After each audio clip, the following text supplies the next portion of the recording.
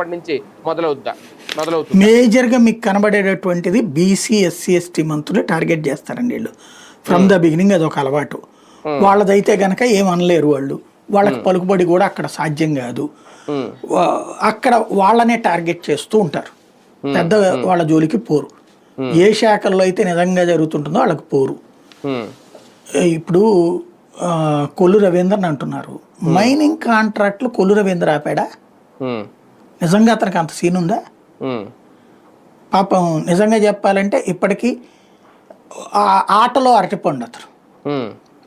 నిజంగా అయితే మైనింగ్ని మొత్తం రాష్ట్రం మొత్తం ఒకళ్ళ చేతిలో పెట్టుకున్నారు. రాష్ట్ర వ్యాప్తంగా ఇవాళ రోజున మైనింగ్ పర్మిషన్లు ఉన్న వాళ్ళ చేత కూడా మైనింగ్ చెయ్యనియట్లేదు. మాకు ఇచ్చేసేయండి అంటున్నారు, లేదా మీరు తవ్వి కూడా మాకే ఇవ్వాల్సిందే అంటున్నారు, మేము ఇచ్చింది తీసుకోవాలంటున్నారు.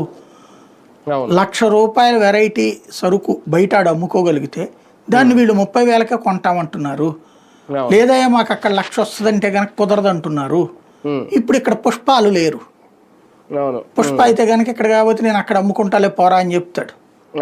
ఇక్కడ అట్లా లేరు. సమస్యల్లా వీటి దగ్గర నుంచినే వస్తున్నటువంటిది.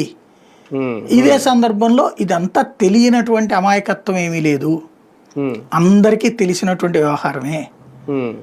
ఓన్లీ ప్రస్తుతం ఏంటంటే డైవర్షనల్ టాక్టిక్స్ అంతే. ఇందులో ఇంకొక కోణం కూడా ఉంటుంది. వీళ్ళ ఇప్పుడు మీరు చెప్పినటువంటి విధంగా మంత్రివర్గ విస్తరణకు కూడా ఇప్పుడు రేపు పొద్దున్న నాగబాబు గారిని తీసుకోవాలి. బీజేపీ నుంచి కూడా ఇంకొక మంత్రిని